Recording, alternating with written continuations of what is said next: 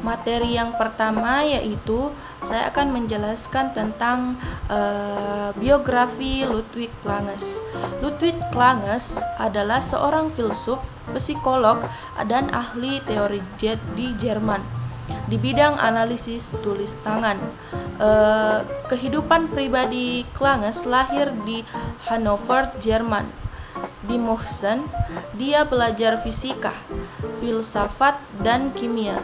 Namun pada tahun 1894, setelah menyelesaikan gelar doktor dalam bidang kimia, dia bertemu dengan pematung Hans Busse dan kemudian berpindah haluan bersamanya, juga Georg Meyer, dan akhirnya mendirikan Germa Graphology Association. Kemudian ia kembali ke Mohsen. Langes menulis buku yang memuji puisi George pada tahun 1902. Sebagai anggota kelompok Schuler penulis Ludwig's Delta, dia membandingkan dunia modern yang merosot dengan zaman kuno Jerman yang mistis dan dengan peran heroik bagi seniman dalam menempuh masa depan yang baru. George menjauh diri dari filsuf mistis Langes yang dimiliki oleh Schuler dan melanjutkan sebentar untuk menerbitkan puisi Langes pada tahun 1815. Dalam ilmu psikologi, grafologi merupakan salah satu cabang ilmu tulis tangan. Ini masuk ke psikografik atau psikodiagnostik.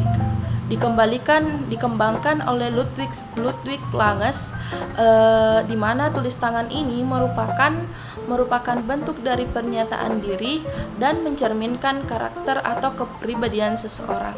Tangan-tangan merupakan salah satu unsur penting dalam grafologi, di mana tanda tangan ini juga melambangkan nilai dan kepribadian seseorang.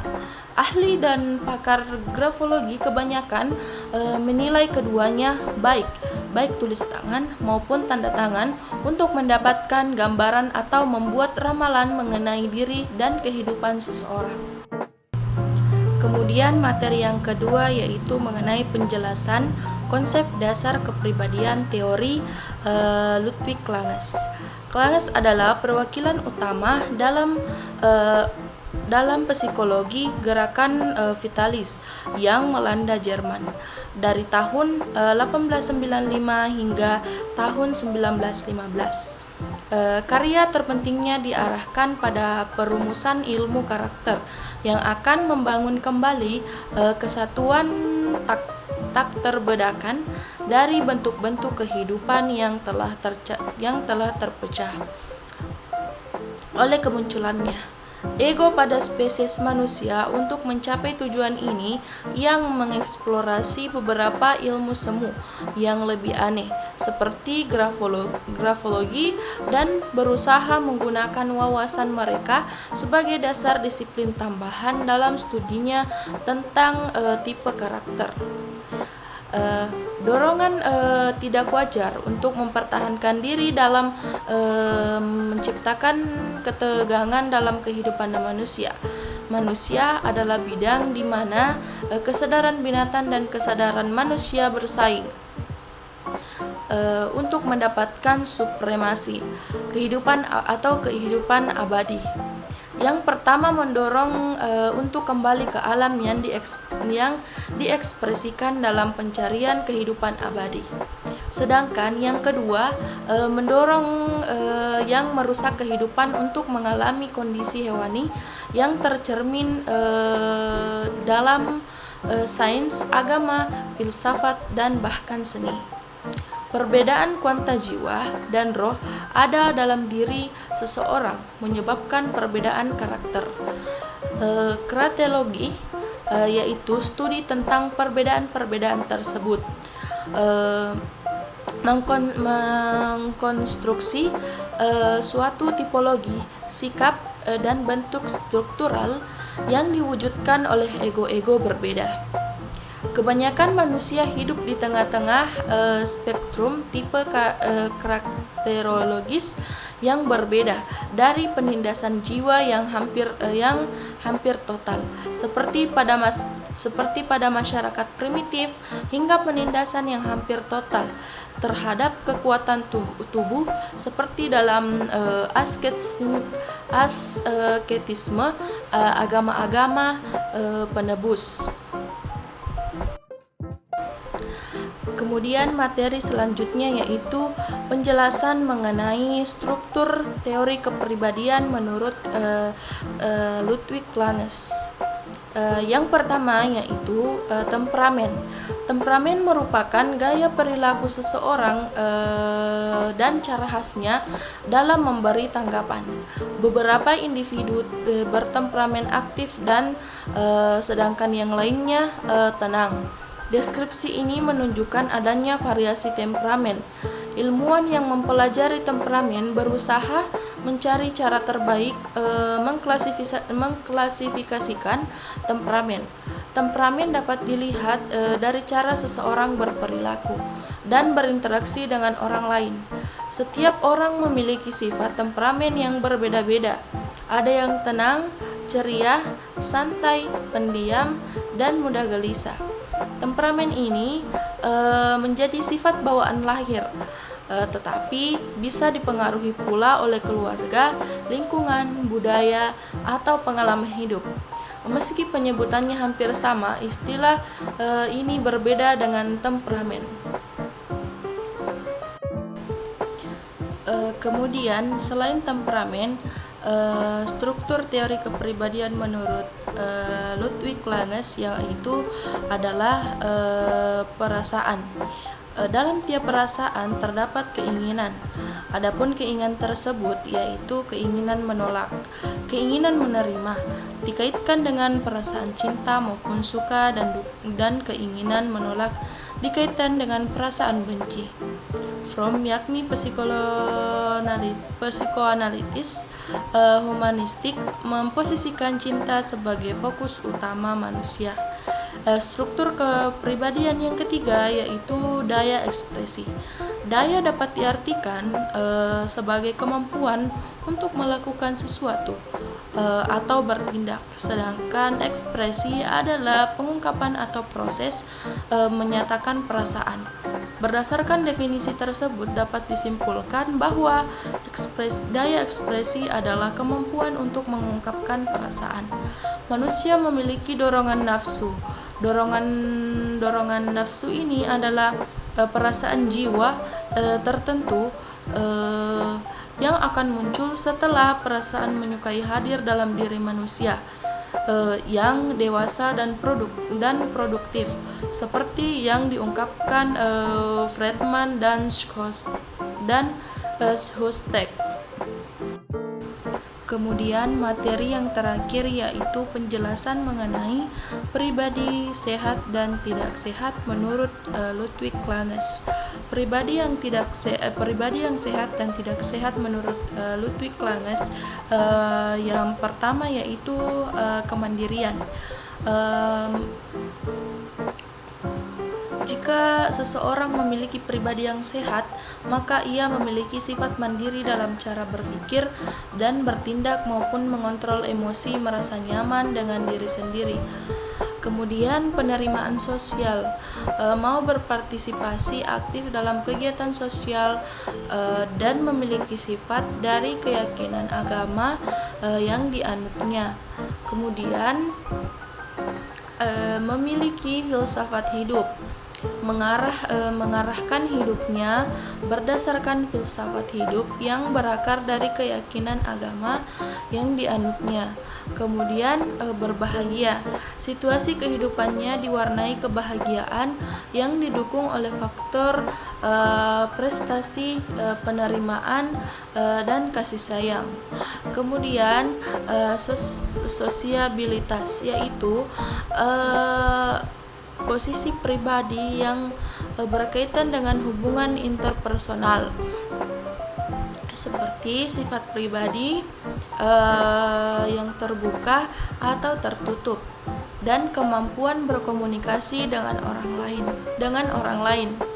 Kemudian ciri yang tidak sehat yaitu mudah marah atau tersinggung, menunjukkan kekhawatiran dan kecemasan, sering merasa tertekan atau stres atau depresi, kemudian bersikap kejam atau senang mengganggu orang lain yang usianya lebih muda atau terhadap binatang, kemudian ketidakmampuan untuk menghindari dari perilaku menyimpang meskipun sudah diperingati atau dihukum, kurang bertanggung jawab. Perlu diingat bahwa setiap individu memiliki ciri-ciri kepribadian tersendiri, dan tidak semua ciri-ciri tersebut dapat dikategorikan sebagai sehat dan tidak sehat secara pasti. Namun dengan mengetahui ciri-ciri kepribadian yang sehat dan tidak sehat ini, individu dapat memperbaiki diri dan mengembangkan kepribadian yang lebih baik.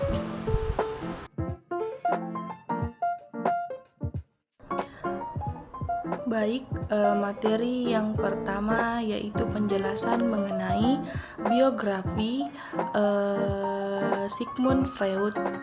Yaitu Sigmund Freud dilahirkan pada 1856 di kota Freiberg, bagian dari Imperium Austria.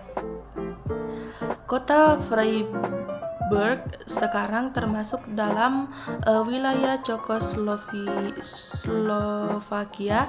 Ketika berusia 4 tahun, ia bersama keluarganya pindah ke Vienna. Sigmund Freud merupakan orang yang sangat menonjol di sekolahnya dan berhasil menerima gelar dokter di Universitas Vienna pada 1881. Setelah berhasil mendapatkan gelarnya itu, ia kemudian melakukan banyak penelitian di bidang fisiologis. Setelah beberapa waktu bekerja di Vienna, Sigmund Freud akhirnya memilih untuk bekerja di Paris bersama Jean Charcot dan Joseph Breuer. Mereka membuka sebuah klinik neurologi.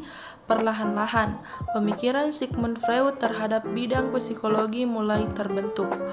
Teori psikoanalisis adalah teori yang menjelaskan tentang perkembangan kepribadian manusia.